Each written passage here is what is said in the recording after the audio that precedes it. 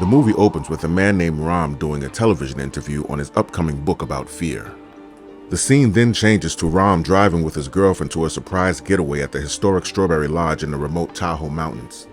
Ram is listening to a radio broadcast about a girl that went missing in the same area. The story makes his girlfriend uncomfortable and she wants him to turn it off. He pulls over to get something out of the back seat, and seeing that he left the door open, his girlfriend panics and goes to put on her mask because the world is living through a pandemic. He comes back with a blindfold he wants her to wear for the surprise that he has.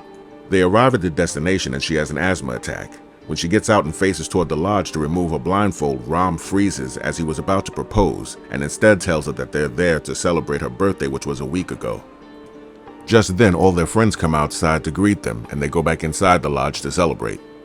After catching up for a while because they haven't seen each other in years, Ram's agent Michael introduces them to the proprietor of the lodge, a woman named Mrs. Winrich, the woman that opened up the entire lodge just for them. She asks them to get together for a photo to memorialize them on the wall as a tradition. She tells them that way they never leave. She takes the photo with an old Polaroid camera, and then Lou starts coughing. She then walks over to Bianca to personally welcome her to the lodge. She tells her she carries the light and that she's a beacon, which makes Bianca very uncomfortable. Miss Winrich then gives Michael a bottle of wine, a tradition that they give all their guests. All the guests head upstairs to their rooms, and we find Lou in his coughing and taking medication. Ram is telling Bianca the history of the lodge, and she questions why they're there. Then suddenly Ram's nose starts to bleed, and Bianca goes downstairs to hang out with her friends. Michael tells Ram he needs to get started on his new book, and in 30 minutes he wants everybody gathered by the fire pit. While Russ and Meg are in their room discussing the lodge, the door suddenly slams. Then there's a knock, and it's Michael. And he reminds them to come down to the fire pit. Ram is giving the group more history about how decades ago the women in this town were brutalized by gold miners, and when the women had finally had enough, they formed a group called Las Brujas, which means the witches, and they made a pact that they would control the town, and that there were also documented reports that the women were able to control these miners' minds and make them hallucinate to the point to where they were so frightened that they would take their own lives. Serena says she's tired of going through life scared and wants everyone to make a pact to tell each other their most personal fears so they can let them go. She goes first and says her fear is losing control. Bianca says her fear is losing her faith and not being able to breathe. Lou says he has the fear of not being trusted by people who care about him. Russ says he has a fear of blood. Kim's fear is not being able to provide for her son. Meg says her fear is drowning. Michael is claustrophobic because his brother used to lock him in a drawer under his bed when they were kids. Benny was pulled over and yanked out of his car and slammed on his hood, and he said he was terrified, so his fear is police and handcuffs. And Ram says his biggest fear is losing Bianca. Michael says he's going inside to go get the bottle of wine that Miss Renwich gave them, and Lou starts coughing again. He retrieves the bottle of wine and heads back downstairs, but realizes he's walking in circles.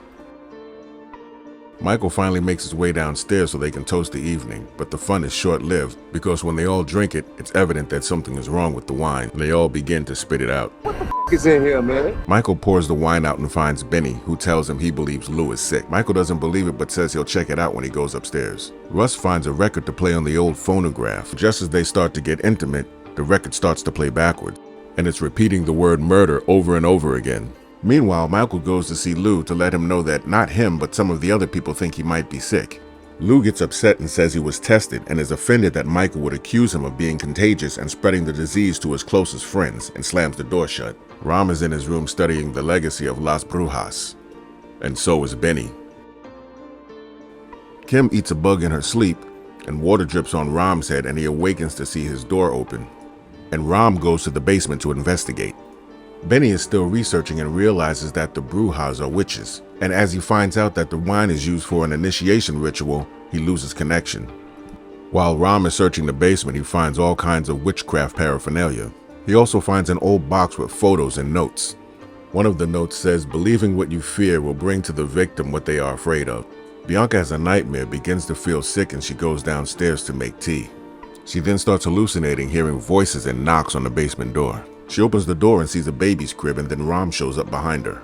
Then Benny walks in to tell them he wants to show them something. Everyone's in the next room watching a glitchy emergency broadcast about a second airborne virus.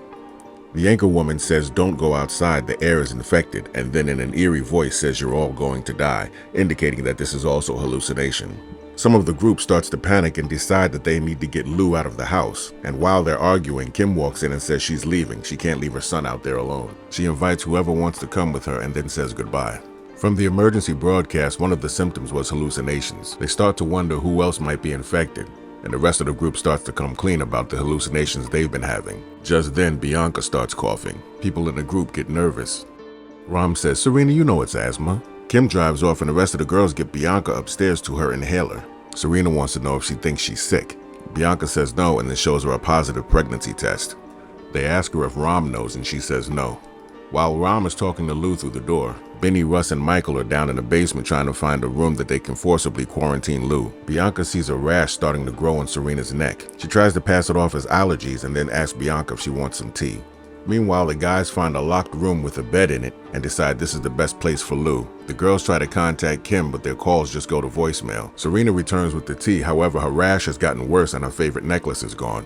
Serena freaks out and wants to know why everybody's looking at her like she's sick, and then she leaves. Ram tells Bianca what he found out from the book about people being victim to their fears, and that fear and faith are the same. But Bianca doesn't care about any of that. She just wants him to know that she's pregnant. At the same time, Russ is trying to get everyone on board about bringing Lou down and locking him in the basement. Benny says, what if he doesn't want to come down here? But Russ says, we're gonna make him. A mysterious mist engulfs the lodge as Russ and the guys arrive at Lou's room. They tell Lou that Ram hurt himself in the basement and he needs their help. They get him into the basement and try to force him into that little room, but Lou fights back and jabs Russ in the shoulder with a screwdriver, and then they lock him in. They get Russ back to his room and his girlfriend comes in. Luckily, she's a nurse and she tends to his wounds. Russ tries to explain to Ram why they did what he did. Ram says he's going to go get Lou out of that room, and Russ says, please tell him I'm sorry. Ram orders Michael to show him where they put Lou. But Lou starts to hear voices that say they don't trust you. But something takes over him that he can't control, and he picks up a knife and he takes himself out. Ram arrives too late. Meg decides to take a bath and starts to hallucinate about when her friends film themselves holding her underwater. She sees a strange reflection and then something drags her into the bathtub and she drowns.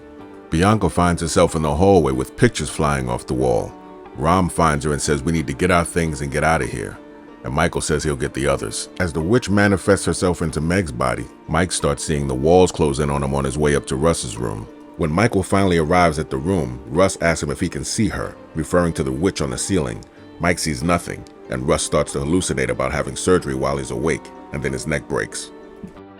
The witch then engulfs Michael, and he finds himself in that same drawer that his brother used to lock him in when they were children. He starts screaming to be let out, only to realize back in reality he's banging his head on the sink until he's gone. With all this going on, Benny goes back to researching and finds a picture with Latin words and a number on it. He also finds that the picture that he had taken of the group has the faces blurred of everyone that has died so far. Just then, Benny starts to hallucinate and hears a police radio. When they get back to the room, Ram is explaining to Bianca that it's not the virus, it's the lodge, and Las Brujas de Miedo means the witches of fear, and that they're using their fear to get them. Serena and Benny bust in to let them know that everybody's dead and they're the only ones left. Benny tells them about the Latin words he saw in the picture and the numbers next to it. They figure out that it means don't be afraid and the numbers are a scripture. He lets them know that the witches are feeding on their fear and that everything they're seeing may not be real. But if you believe it is, then it will kill you. Bianca starts to read the scripture and the lights flicker and the doors start to shake. Then the door opens and the witch engulfs Benny. He starts to hallucinate, but Ram tells him it's not real. On their way downstairs, Ram's nose starts to bleed and Bianca starts to lose teeth. Benny snaps her out of it so they can keep moving. When they get to the kitchen, the witch grabs Serena and drags her to the basement. Benny stays in the kitchen while they go to the basement in an attempt to find Serena. With no one there to tell him it's not real, Benny starts to hallucinate again about the police dragging him out of his car. They find Serena in a dream state. She believes she's stuck in a well trying to climb out. In reality, her body levitates and her neck breaks. When they go back upstairs, they find Benny, who's still in a dream state and thinks he's attacking the cop, but it's really Ram. Still in a trance, Benny thinks he's removing handcuffs, but he's really cutting his arm. As Ram succumbs to his life-threatening injury, he tells Bianca don't be afraid and not to lose your faith. The witch chases her around the lodge. She falls, sees the witch, and runs outside. She runs through the woods and makes it to a clearing where she hears Ram's voice in her head saying it's not real. Just then, the witch engulfs her and she finds herself back in the lodge. She begins to quote the scripture that affects the witch. This enables her to wake up and run outside again. She runs through the woods again where she sees the light. She makes it to a clearing and finds out in the town everybody's walking around normal and nothing has changed. Her phone starts to ring. And it's Kim letting her know that the newscast was fake and wants to know if everyone is okay, and that she Googled Strawberry Lodge and she wanted to call her immediately. The movie ends. My thoughts? Decent actors, bad script.